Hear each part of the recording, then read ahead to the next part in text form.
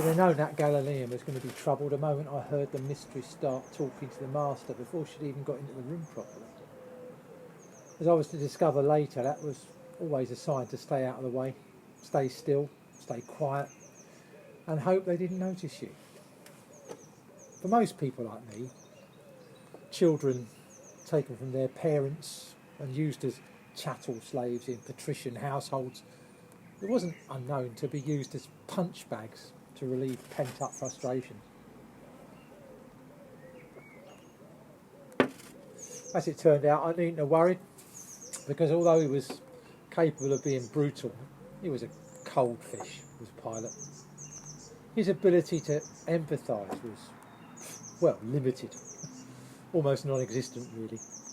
He could rarely trouble himself to learn the names of his slaves, and could seldom be bothered to be cruel on a personal level, even though on the bigger stage, well, he could order a massacre as easily as you'd order a meal or a pint.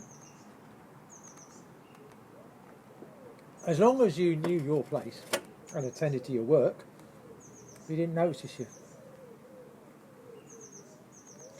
He was a very capable politician, up to a point. You have to have a certain level of at least competence in order to survive as long as he did as procurator, but let's be honest, Judea isn't exactly a ripe plum in the imperial fruit basket, is it? His most endearing character is that it's on the road to everywhere else, at least as far as the eastern side of the empire is concerned.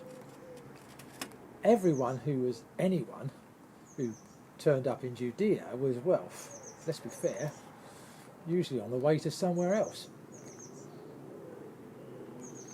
So I reckon he survived, like I did, by not being noticed by the people who mattered. Now his wife, she was a different sort. Her ancestry and lineage was so pure that for her, noblesse oblige was effortless, and she treated even foreign children like me, a dark-eyed Celt, with disarming kindness. I was in a tavern the other day, well here, of course, as has been my wont since I passed 50 years of age, and I heard a few of the locals talking about those times, the Jesus times, which ended so tragically, or at least seemed to end so tragically, but then I'm getting ahead of myself.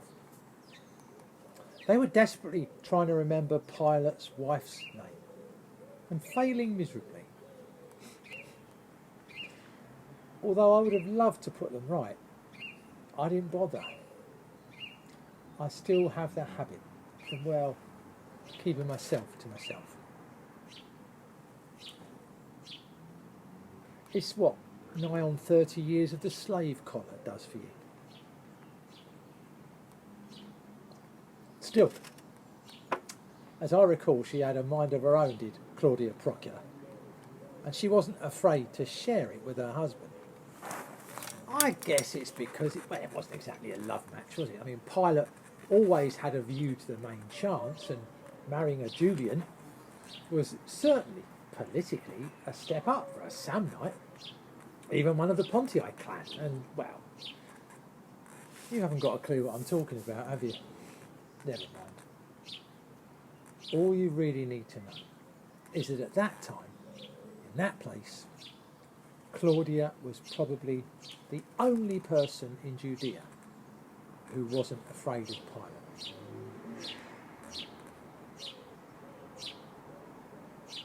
She didn't tear into him straight away, but that morning she was so anxious to share her thoughts that, like I said, she started talking before she came through the doorway into Pilate's quarters, his chamber.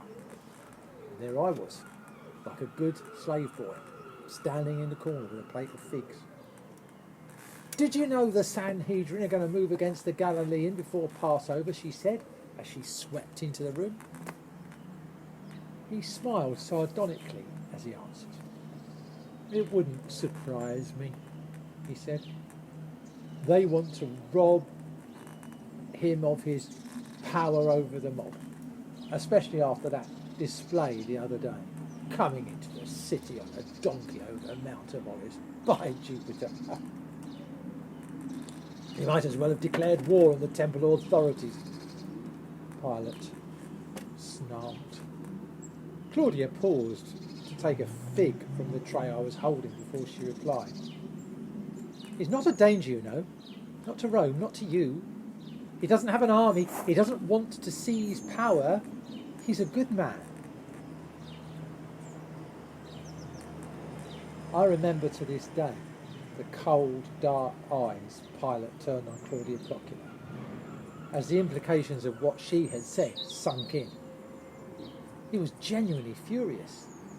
He demanded to know how Claudia knew anything about the Nazarene, as he called Jesus. And then he found out about Herod's stewards, Chusa, his wife Joanna, and other women around Jerusalem who quietly supported Jesus. And of course Claudia Procula, well, it's said she may well have been one of them.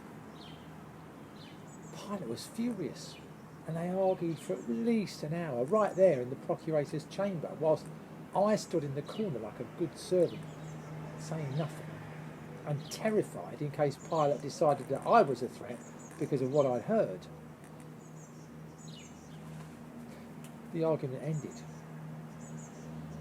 And it ended when Claudia told Pilate about her dream. That she had dreamt that Jesus was the burning brand who had burned down the palace, and that it had been made clear to her in that dream that to bring about the death of Jesus was to bring ruin on the house of Pontiac and on Rome itself. They took dreams seriously, the Romans. For such an intensely pragmatic people, they were incredibly superstitious. And later, I could see Pilate's mood grew darker as the day wore on, and reports came into the palace from a legion of spies and informers about how the followers of Jesus were behaving, and what the Sanhedrin and its Sadducee faction, let's face it, were basically in charge, what they were plotting. He could see that he was not going to be able to avoid getting involved.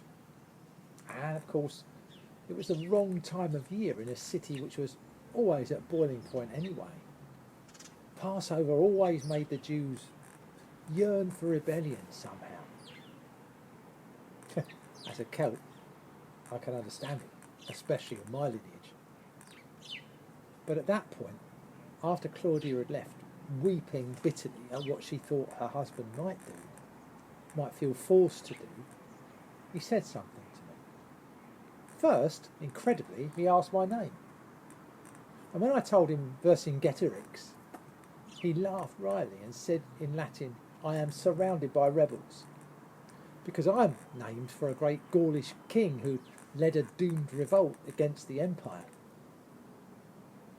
But then he said something I've never, ever forgotten.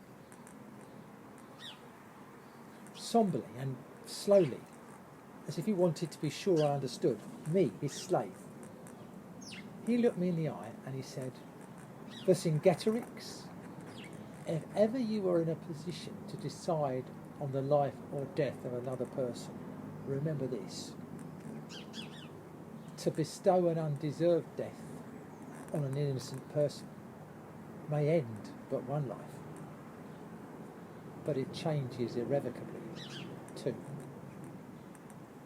Now I think I'm being driven to decide which may be more important, truth and honour, or power and control. And then he swept out of the room, no doubt dismissing me from his mind in an instant. He may never have remembered that brief interlude, but I've never forgotten it. I had grown up believing that men like Pilate, calm men whose calculating looks radiated power, were always in control of events. But the next few days proved that it was the events which often controlled them. A political landslide was about to engulf them all. And when the dust settled, nothing would be the same ever again.